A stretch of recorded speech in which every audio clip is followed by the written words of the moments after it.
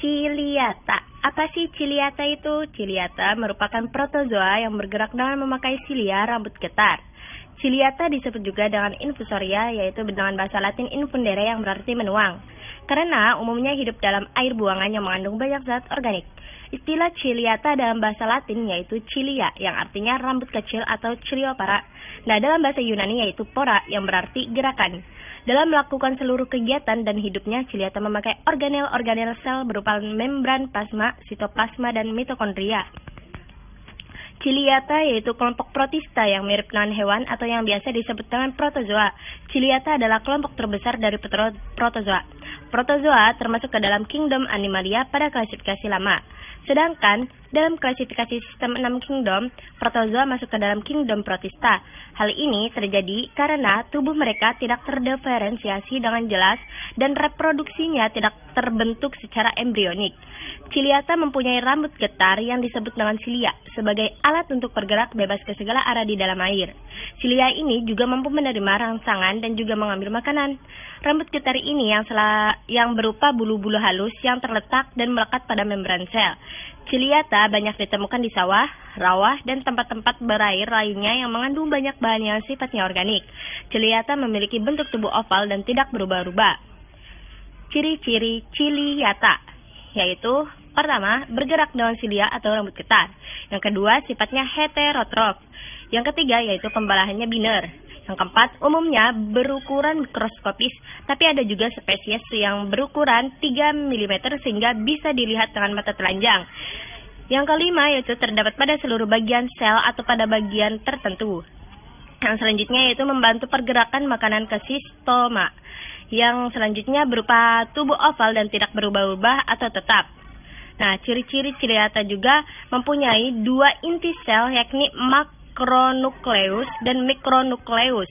Makronukleus sebagai fungsi vegetatif dan mikronukleus sebagai fungsi reproduksi yakni konjugasi. Hidup bebas pada lingkungan berair, baik itu air laut maupun air tawar yang banyak mengandung sebuah zat organik. Hidup secara parasit, simbiosis, dan ada juga yang hidup bebas di alam.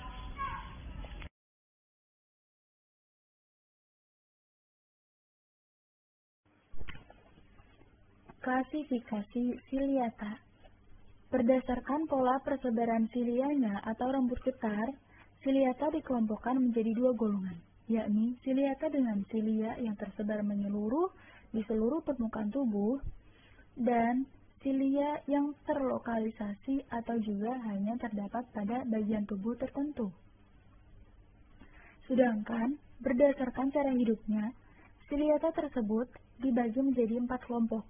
Yang pertama, ada holotrichia yang merupakan suatu kelompok ciliata yang hidup dengan berenang sangat bebas.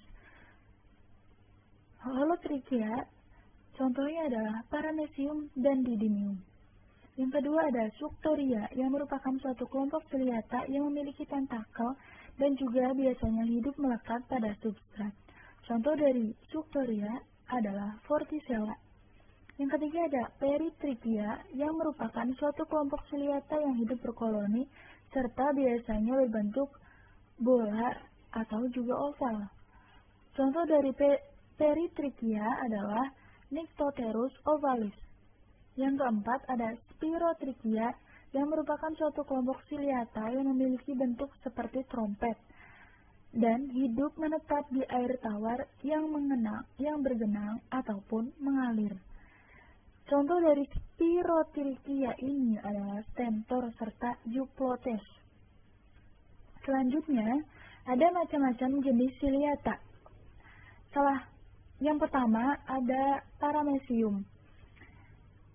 Jenis ciliata yang satu ini, pada bagian ujung depannya itu berbentuk tumpul, serta pada bagian belakangnya itu meruncing, sehingga tampak seperti sepatu ataupun sendal.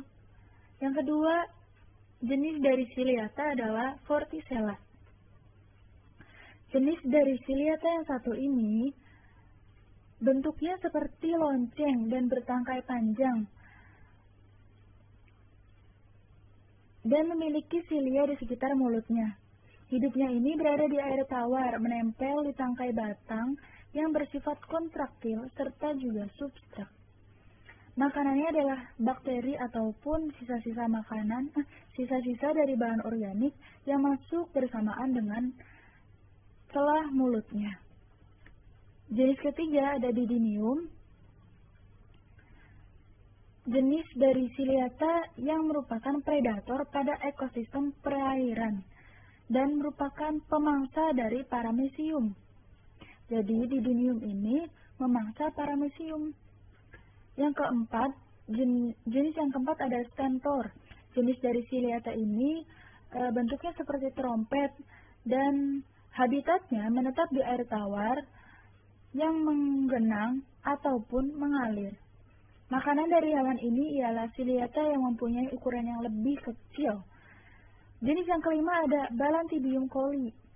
Jenis dari Ciliata yang paling besar di dalam usus, serta merupakan satu-satunya golongan dari Ciliata patogen yang dapat menimbulkan balantidiasis atau Ciliata dysentery. Nah, Ciliata jenis ini bisa ditemui pada daerah yang tropis maupun subtropis.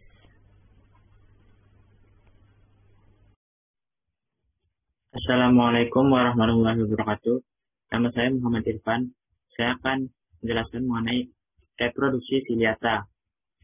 Reproduksi Ciliata dilakukan dengan dua cara, yaitu aseksual dan seksual.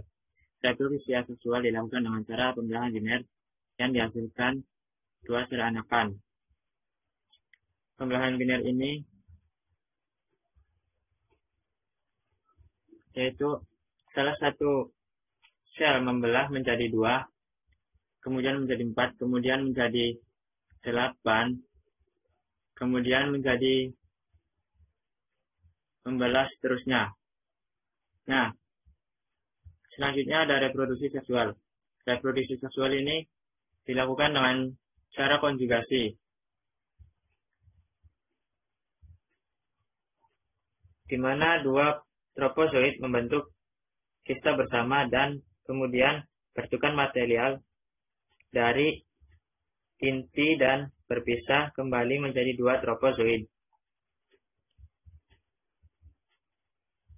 Kemudian ada siklus hidup Ciliata. Siklus hidup Ciliata diawali dengan 2 paramecium yang berdekatan. Kemudian setiap paramecium mikronukleusnya membelah menjadi 4 sel anakan. Kemudian 4 mikronukleus ini akan terpecah menjadi 3 mikronukleus yang akan hancur dan 1 mikronukleus membelah secara mitosis, yaitu menjadi 2 sel anakan.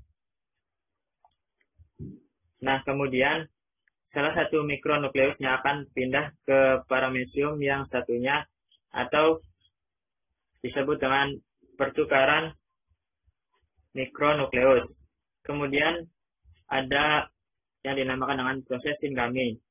Singami ini yaitu terjadi peleburan mikronukleus.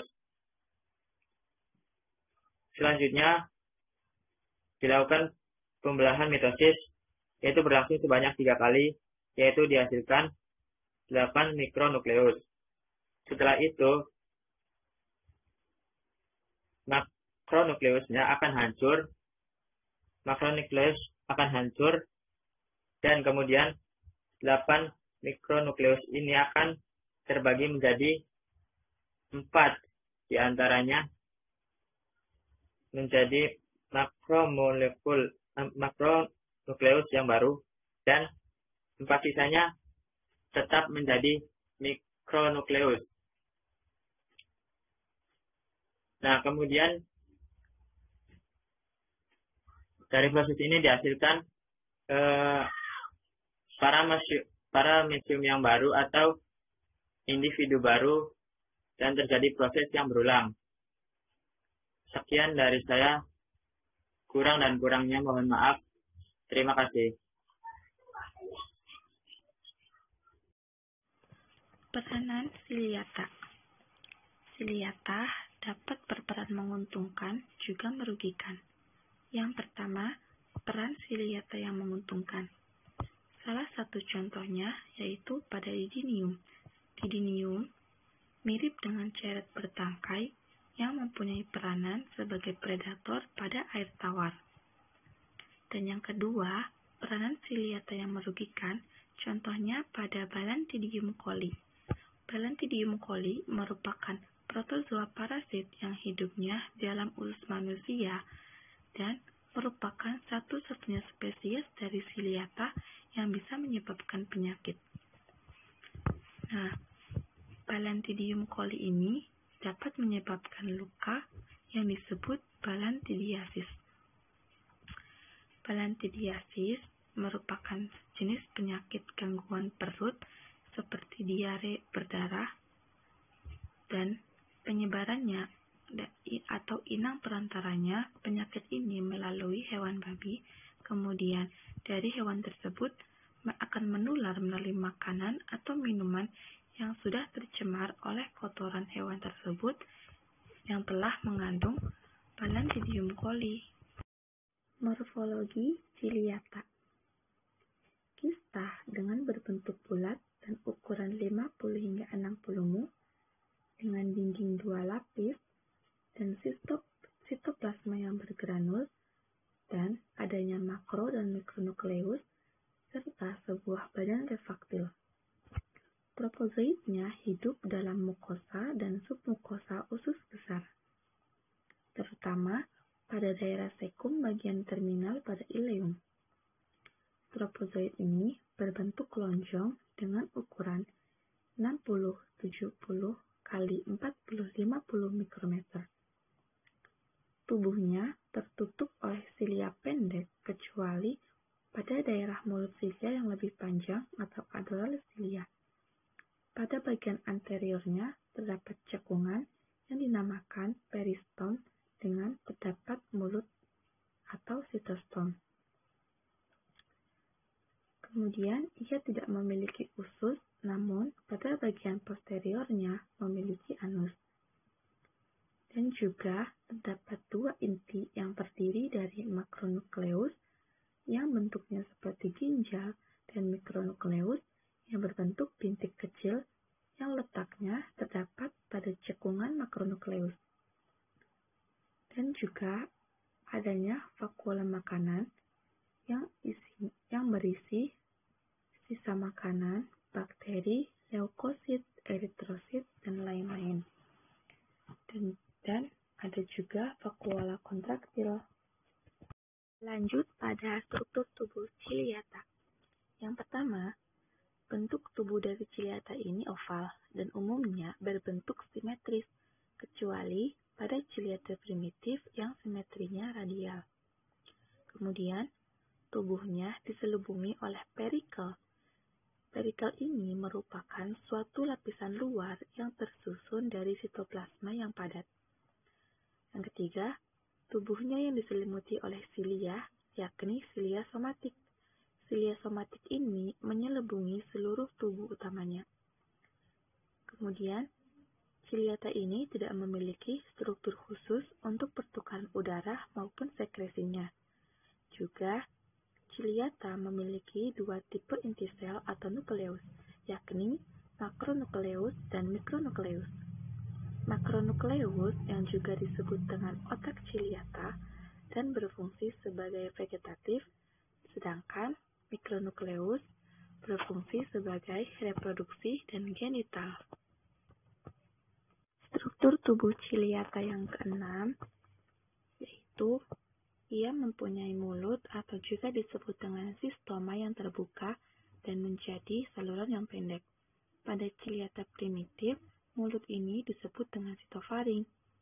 Mulut ini terletak di ujung depan anterior, akan tetapi kebanyakan ciliata bagian tersebut digantikan oleh bagian belakang pada posteriornya. Yang ketujuh, terdapat 2 macam mulut, yakni mulut membran berombak yang menyatu dalam sebuah barisan yang panjang, dan yang kedua yaitu mulut membran yang berupa barisan pendek yang merupakan suatu pergabungan dari silia sehingga bersatu dan membentuk sebuah piringan. Kemudian, silia yang terdapat pada mulut ciliata berfungsi untuk mengedarkan dan mendorong makanan menuju ke sitofaringnya. Ciliata juga memiliki mitokondria yang sebagai sumber untuk energinya melakukan gerak maupun beraktivitas. Mempunyai kerongkongan yang disebut dengan sitofaring-gulet dan mempunyai food vacuole atau usus. Ciliata juga mempunyai vakuola kontraktil atau ginjal dan otot atau disebut dengan myonemes dan juga memiliki anus yang disebut dengan sitopi.